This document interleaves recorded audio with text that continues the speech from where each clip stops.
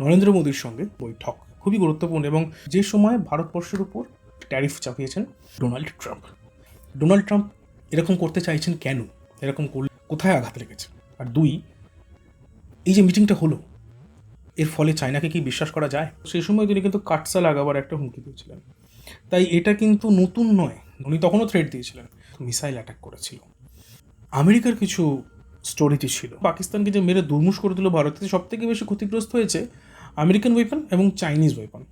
এইখানে ট্রাম্প রেগে গেছেন, তাই জন্যই ট্রাম্প এরকম পাগলের মতন করছেন, মানে রীতিমতো তিনি পাগল হয়ে গেছেন। তিনি শুধু এটা বলতে বাকি রেখেছেন যে চাঁদ উঠছে আমার জন্য, সূর্য উঠছে আমার কথা শুনে, এই কথাগুলো বলতে বাকি রেখেছেন। তিনি টম অ্যান্ড জেরির মধ্যেও সিজফায়ার করিয়েছেন।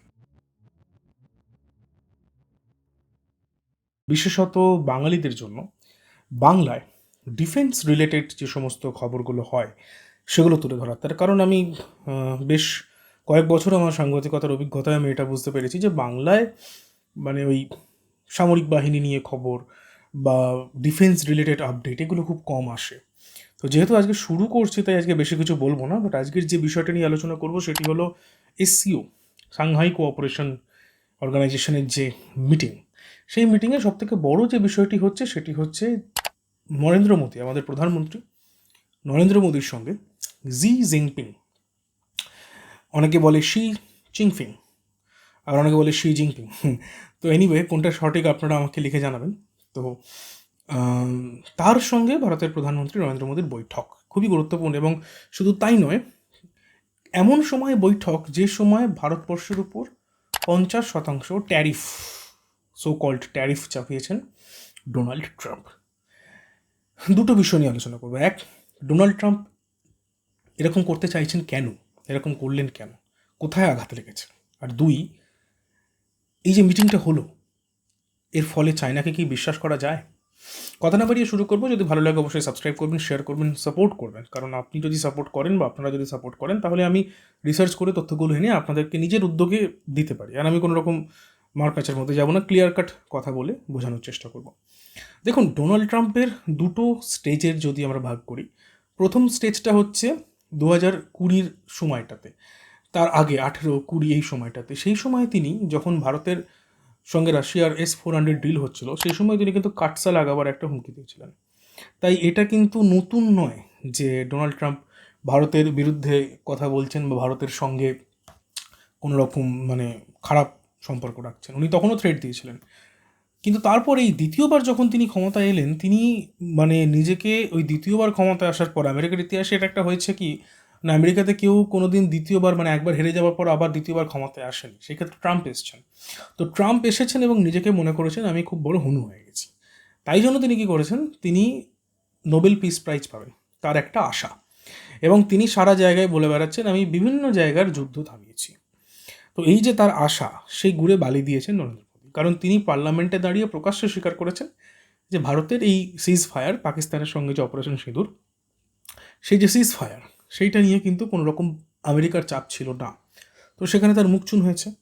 তো সেই মুখ চুনটা ঢাকার আরও একটা যে বিষয় যেটা খুব গুরুত্বপূর্ণ, যেটা বিভিন্ন সূত্র মারফত উঠে আসছে, যে কিরানা হিলস যে কথাটা বলা হচ্ছে সেইখানে নাকি নাকি পাকিস্তানের পারমাণবিক ঘাঁটি, পারমাণবিক অস্ত্র সম্ভার, পারমাণবিক টেস্টের জায়গা, তো সেই জায়গায় নাকি ভারত মিসাইল অ্যাটাক করেছিল, এবং শোনা যায় নাকি সেই জায়গাতে আমেরিকার কিছু স্টোরেজ ছিল, সেগুলোও আঘাতপ্রাপ্ত হয়েছে।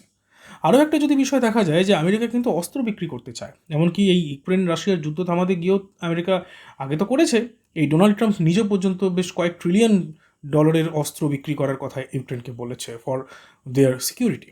তো অস্ত্র বিক্রি তাদের লক্ষ্য, এটা বরাবরই আমরা দেখে এসেছি।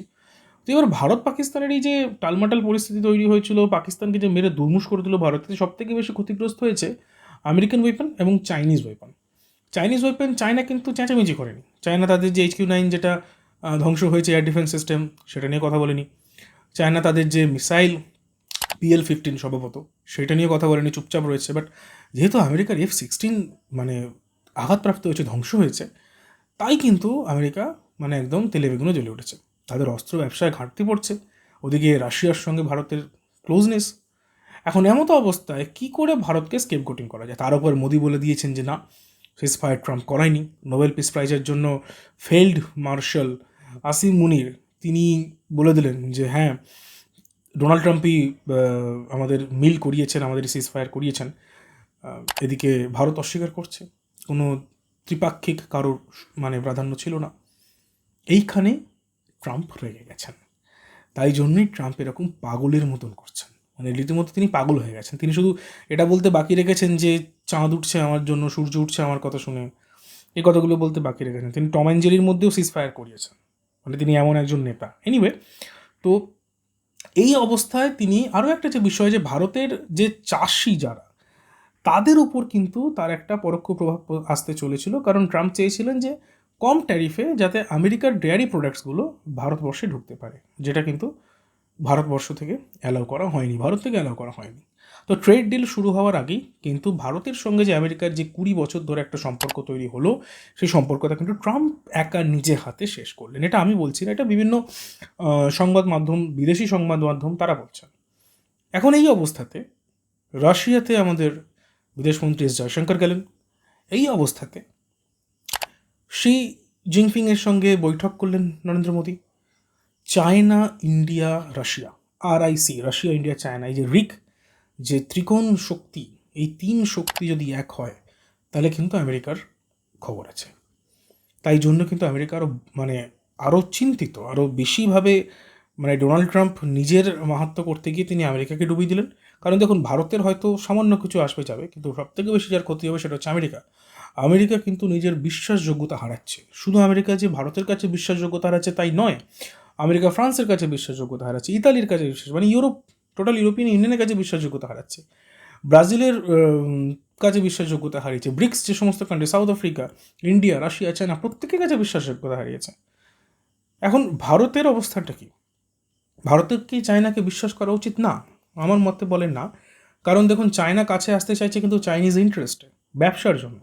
কারণ চায়না জানে আমেরিকাকে মোকাবিলা করতে গেলে ভারতকে চাই। এখন ভারত এমন একটা শক্তি যাকে কেউ চায় না চটাতে। চটাতে মানে ভারত একটা বড় মার্কেট, একটা বড় বাজার। তো এই বাজারটাকে সরাতে কোনো দেশ চাইছে না, কেউ চাইছে না। তাই জন্যই রাশিয়া যেমন চায় ভারত তো tested friend, time tested friend, চায়নাও চায় ভারত তাদের পক্ষে থাকুক, তাতে তাদের সুবিধা হবে, তাতে তাদের বাজার তারা এক্সপ্যান্ড করতে পারবে। পয়সা সব, এখনকার যুদ্ধ ওই গোলাবারুদের থেকে পয়সায় বেশি হয়, ইকোনমিক ওয়ার। তো সেই যুদ্ধে ভারতকে যারা পাশে পাবে তাদের কিন্তু অনেক লাভ, আর তাই জন্যই কিন্তু চায়না এগিয়ে এলো। আর এসিওর যে এসিও মিটিংয়ের আগে যে দ্বিপাক্ষিক বৈঠকটি হলো প্রধানমন্ত্রী মোদী এবং জি জিনপিংয়ের সঙ্গে, তো সেই ক্ষেত্রে কিন্তু একটা জিনিস পরিষ্কার বেরিয়ে এলো যে সেখানে কিন্তু ওই মিউচুয়াল রেসপেক্টের কথা তোলা হয়েছে, অর্থাৎ যে সীমান্ত বিবাদ, সেই সীমান্ত বিবাদ নিয়েও কিন্তু কথা হয়েছে।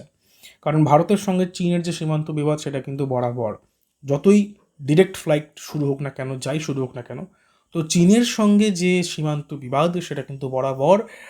আর সেই বিবাদ যাতে আর ডিসপুট যেটা, সেটা যাতে পারস্পরিক সম্পর্কের ক্ষেত্রে না আসে, সেটা যেন বসে সমাধান করা যায়, গালওয়ান বা ডোকলামের মতন যেন ঘটনা না ঘটে, সেই বিষয়ে কিন্তু জোর দেওয়া হয়েছে।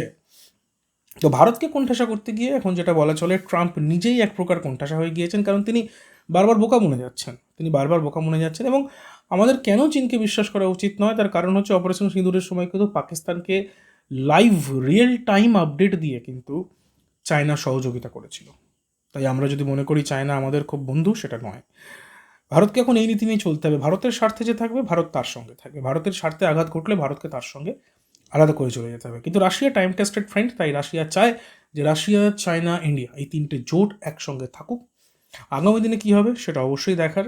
আর ডিফেন্স রিলেটেড আরও কিছু বা ইন্টারন্যাশনাল রিলেশনস রিলেটেড আরও কিছু যদি আপনাদের জানতে ভালো লাগে অবশ্যই কমেন্টে জানান, সেই অনুযায়ী ভিডিও তৈরি করার চেষ্টা করব, বলার চেষ্টা করব এই খবরগুলো যাতে বাংলায় আপনাদের কাছে পৌঁছে দেওয়া যায়। জাস্ট একটা ইচ্ছা, একটা ভালো লাগা। তো ভালো লাগলে সাবস্ক্রাইব করবেন, সাপোর্ট করবেন, ভিডিওটি শেয়ার করবেন।